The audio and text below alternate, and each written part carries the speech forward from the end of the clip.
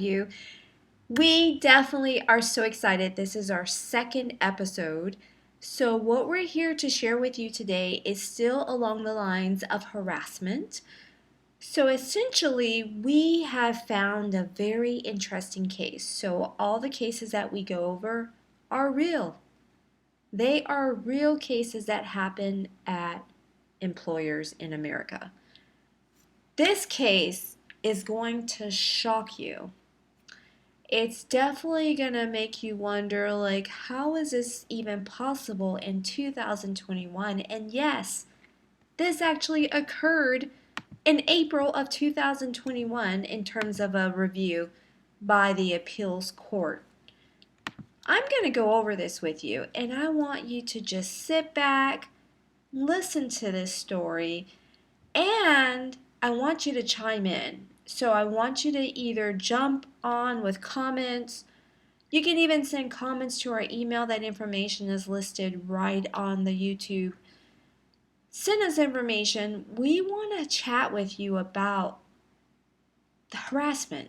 And I believe in the first podcast, the very first one, this is only our second one, it was mentioned that harassment has like quadrupled in terms of the number of cases for last year, 2020, and 2021 is looking pretty much the same. Is it COVID related, or is it just the times and day that we live in now where harassment is common? And what are we going to do about it? So we know there's an issue, so what are we going to do about that as human resources professionals? So I'm going to go over this with you, and I think you'll be just as shocked as I was when I read the case. So listen, imagine that you are a hiring manager for a retail store. So you're a hiring manager, you hire for a retail store. You interview a candidate and you made the decision not to hire them for whatever reason. Maybe you had other better qualified candidates, or this individual just wasn't a match. For whatever reason, you did not hire this individual. Then, at a much later time, since you interviewed this candidate, you've taken a vacation and you return from your vacation and you see this individual working in your store. What do you do? So you're face to face with a candidate you interviewed already and rejected. They actually interviewed also with your manager, who also concurred that it wasn't a good match.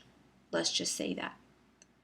Then you walk in after you return from vacation and this candidate is there. And normally, you always have a say in the people who work for your store. So what would you do in this situation as a hiring manager? How would you feel? And what would you say to her, the candidate, who's now your employee? And I promise you, I could not make any of this up. This is an actual case that just happened in April 2021. Moving on. Would you agree that technology is changing the world? I think we can all agree that. Look at how many people are getting rich from social media. They're posting these stories, they're creating reality TV shows, they're doing tons of things, they're getting sponsors and ads, and they're doing quite all right. So we could say that technology is and has changed the world. One of the leading technology companies, in fact, this company that I'm telling you about for this case is number 11 on the Fortune 500 list of employers. We have 500 top employers in America. This one's number 11. Okay, don't cheat. Don't go look that up. I want you to listen to the story. I'm going to tell you the name of the company, but not yet. I want you to actually listen to this with that information in mind, that this is a top technology company. So let's jump into this new hire who was really a rejected candidate. So we'll call her Clark, which is her last name. And she is a 52-year-old white woman. And that is very important for me to say. Working in HR, we don't care about race and things like that. We just want things to be fair. But I have to say her race so you can understand this story.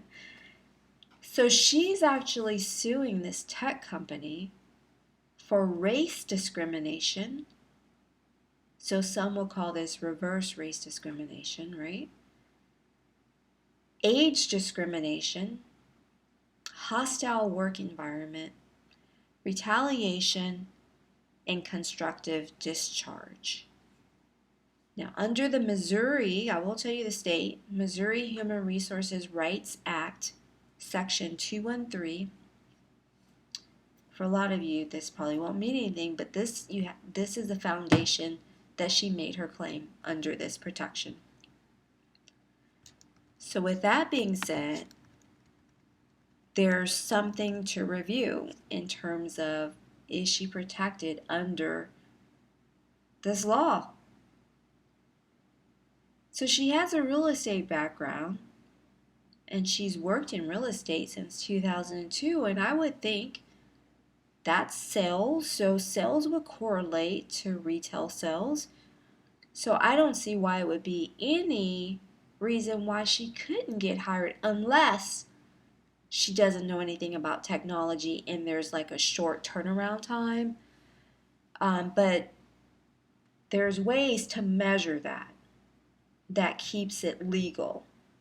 So, and all applicants have to be treated consistently because they would have already determined the competencies that are important for this role, and they would have already had the testing or whatever is needed to measure that.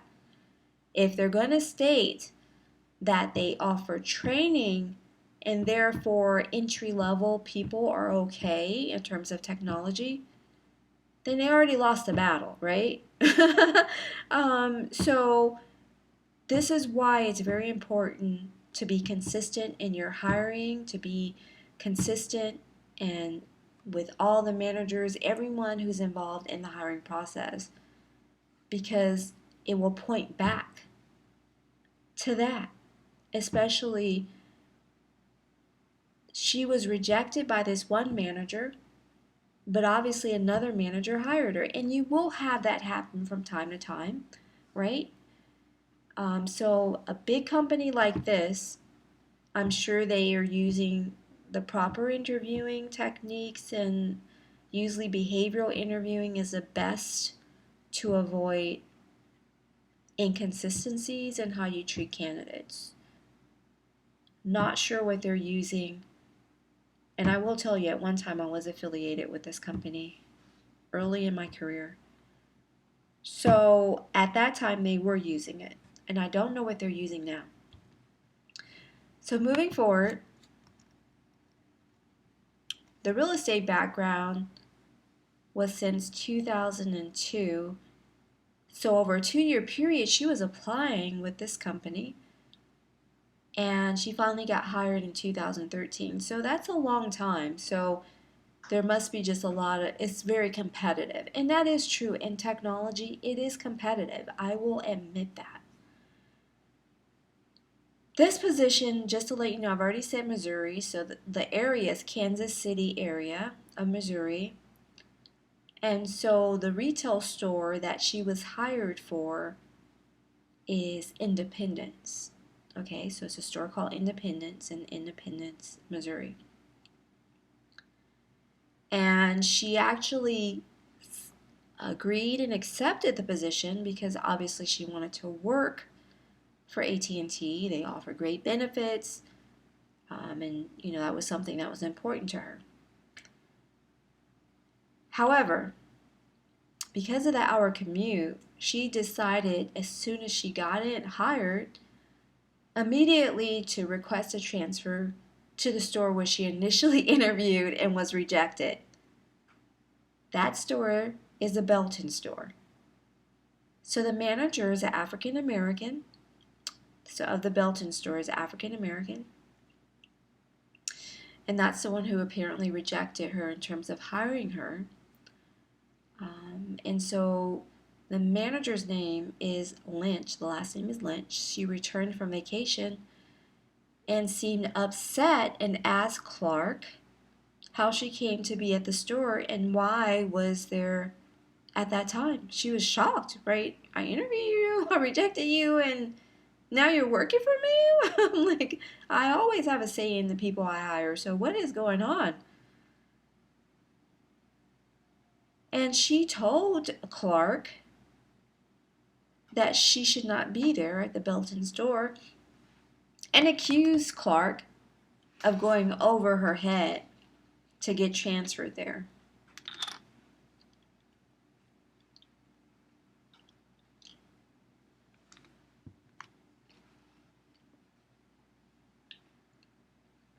Stay with me.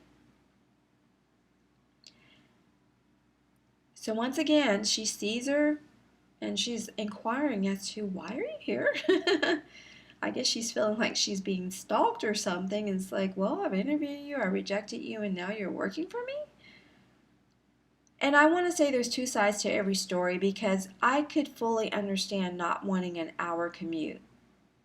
Feeling confident that you could do a job, not sure why you weren't hired by Lynch, but feeling confident enough to apply again and wait until you can transfer. I could see that side because an hour commute is tough. So that's 2 hours a day. And if there's a store closer that is hiring, I can understand why Clark would apply. But you also have to admit it is a little assertive and aggressive. And I would also realize that I would have to face that manager, and I know I would feel uncomfortable. How would you feel in this situation, and what would have you done? Would you do the same thing that Clark is doing, or would you be more inclined to have a response like Lynch had when she saw her in the store? So answer from both sides. If you are the manager, what would you have done? And on the other side of it, if you were the applicant, what would you have done? Okay. So essentially, she's working there now. And during this conversation, when Lynch first sees her, this is what was said. So after Lynch asked her why she was there and basically told her that she shouldn't be there and that she went over her head, Clark felt intimidated and left the store to take a break. Lynch, the manager for this major tech company, a manager for a major tech company that usually has tons of training, chased Clark to her car and told her that she didn't have to come back. And this brought Clark to tears, and Clark called her husband. You tell me, please tell me, can you really see a tech manager chasing a new hire now to her car because she was shocked to find her in a store?